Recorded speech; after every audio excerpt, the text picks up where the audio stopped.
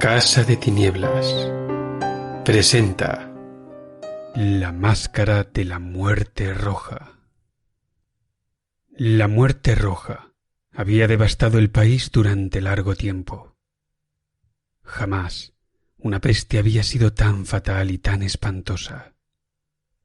La sangre era su encarnación y su sello, el rojo y el horror de la sangre. Comenzaba con agudos dolores, un vértigo repentino, y luego los poros sangraban y sobrevenía la muerte.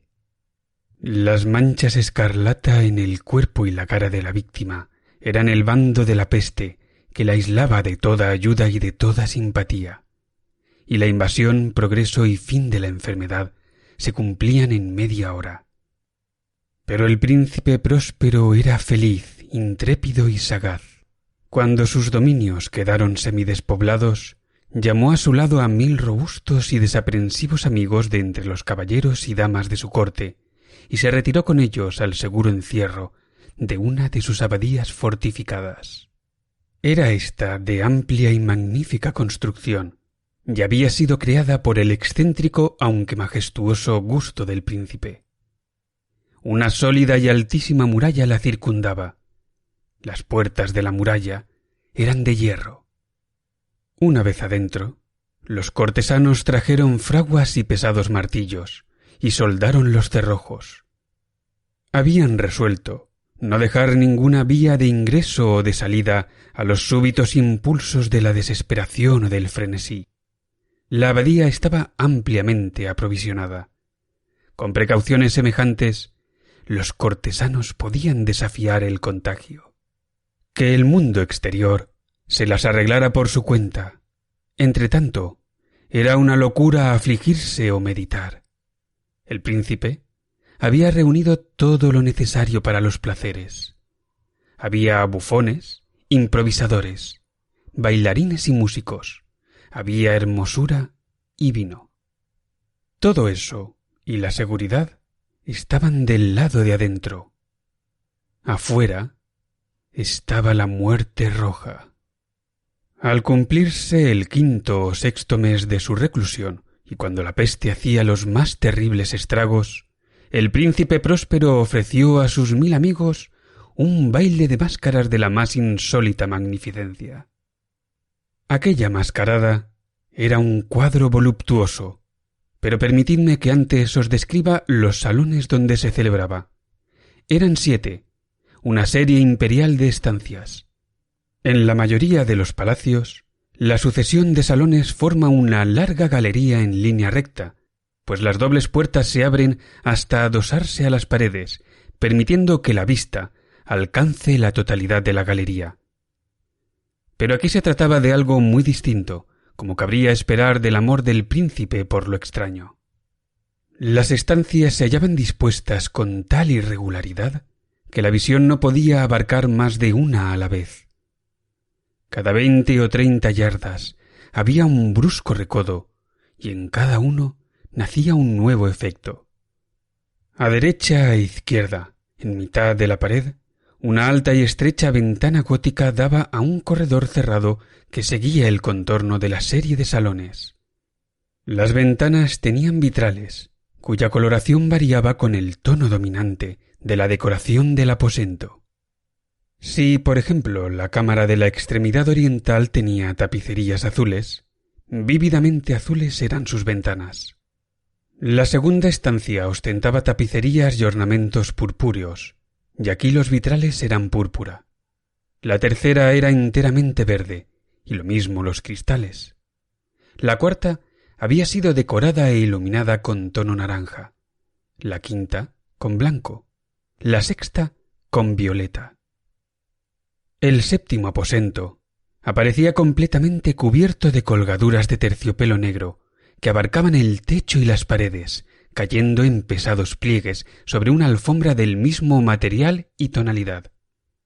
Pero en esta cámara, el color de las ventanas no correspondía a la decoración. Los cristales eran escarlata, tenían un profundo color de sangre. A pesar de la profusión de ornamentos de oro que aparecían aquí y allá o colgaban de los techos. En aquellas 7 estancias no había lámparas ni candelabros. Las cámaras no estaban iluminadas con bujías o arañas. Pero en los corredores paralelos a la galería y opuestos a cada ventana se alzaban pesados trípodes que sostenían un ígneo brasero cuyos rayos proyectábanse a través de los cristales teñidos e iluminaban brillantemente cada estancia. Producían en esa forma multitud de resplandores tan vivos como fantásticos. Pero en la cámara del poniente, la cámara negra, el fuego que a través de los cristales de color de sangre se derramaba sobre las sombrías colgaduras, producía un efecto terriblemente siniestro y daba una coloración tan extraña a los rostros de quienes penetraban en ella, que pocos eran lo bastante audaces para poner allí los pies. En ese aposento, contra la pared del poniente, se apoyaba un gigantesco reloj de ébano.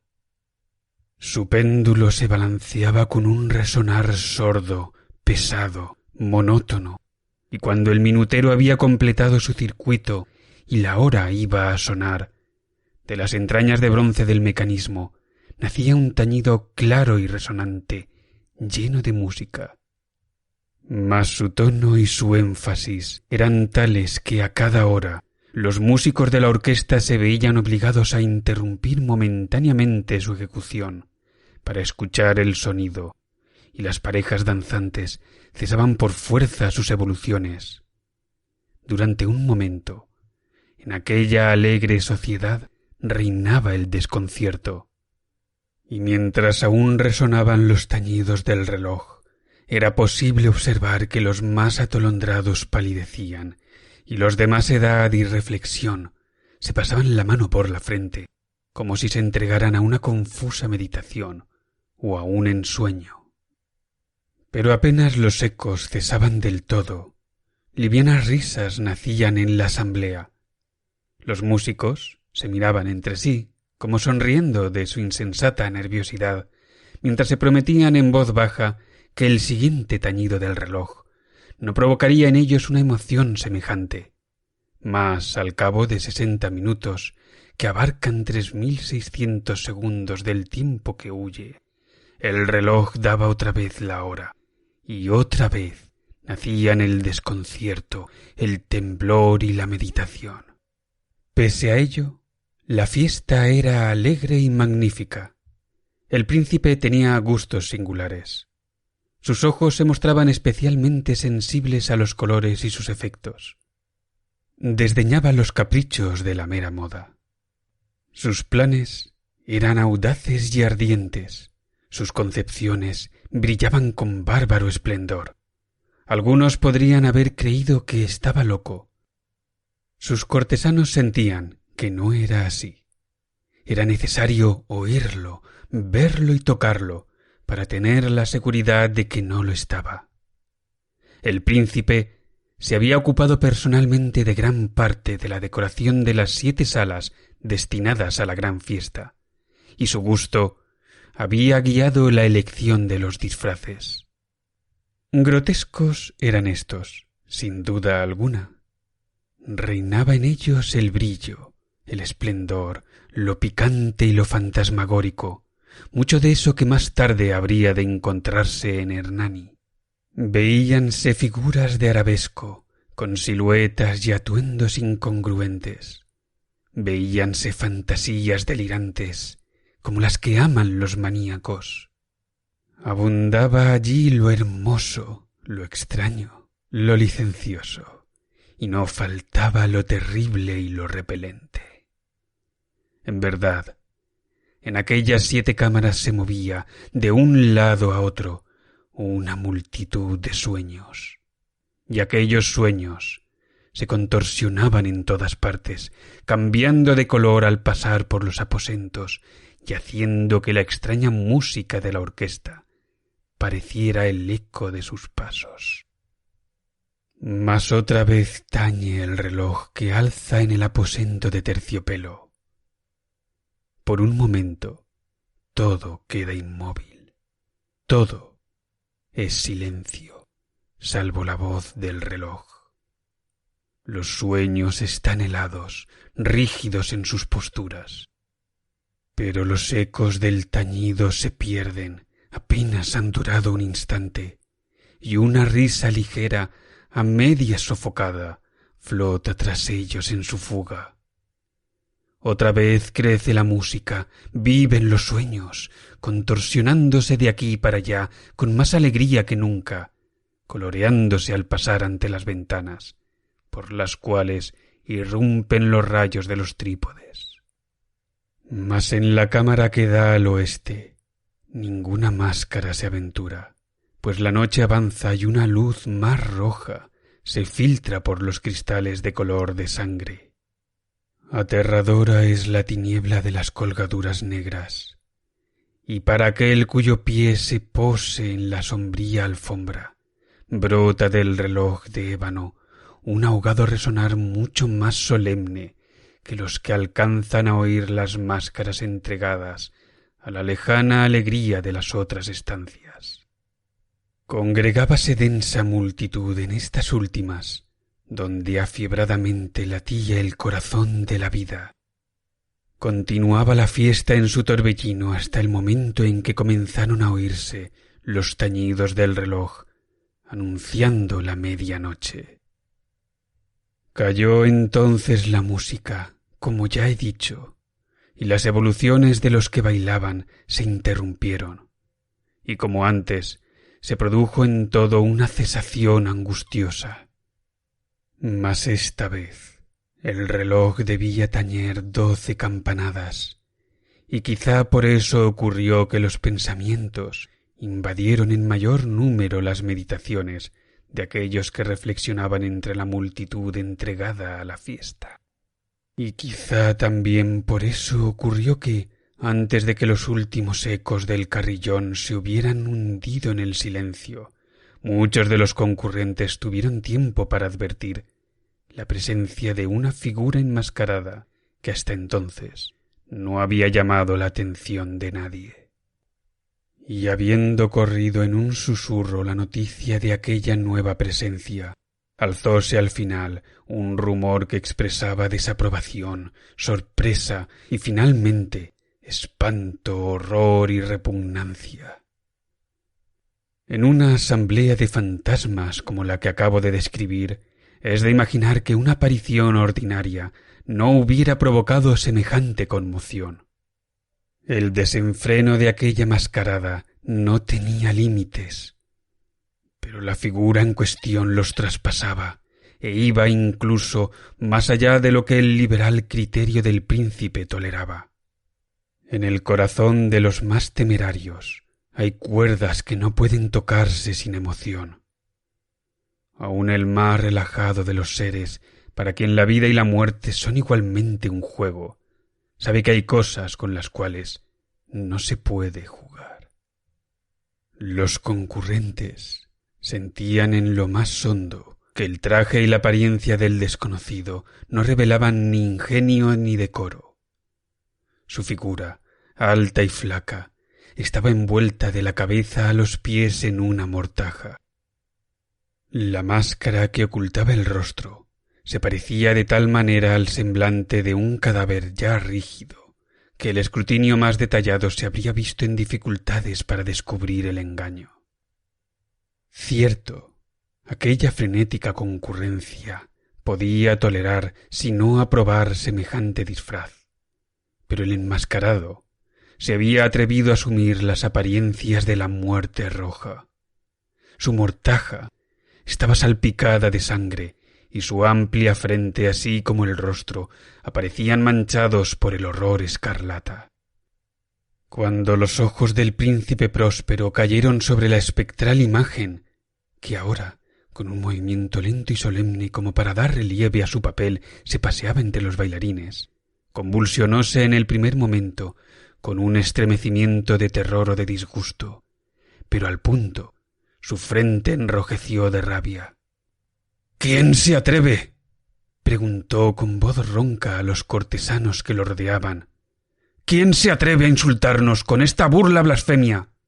Apoderaos de él y desenmascaradlo, para que sepamos a quién vamos a ahorcar al alba en las almenas.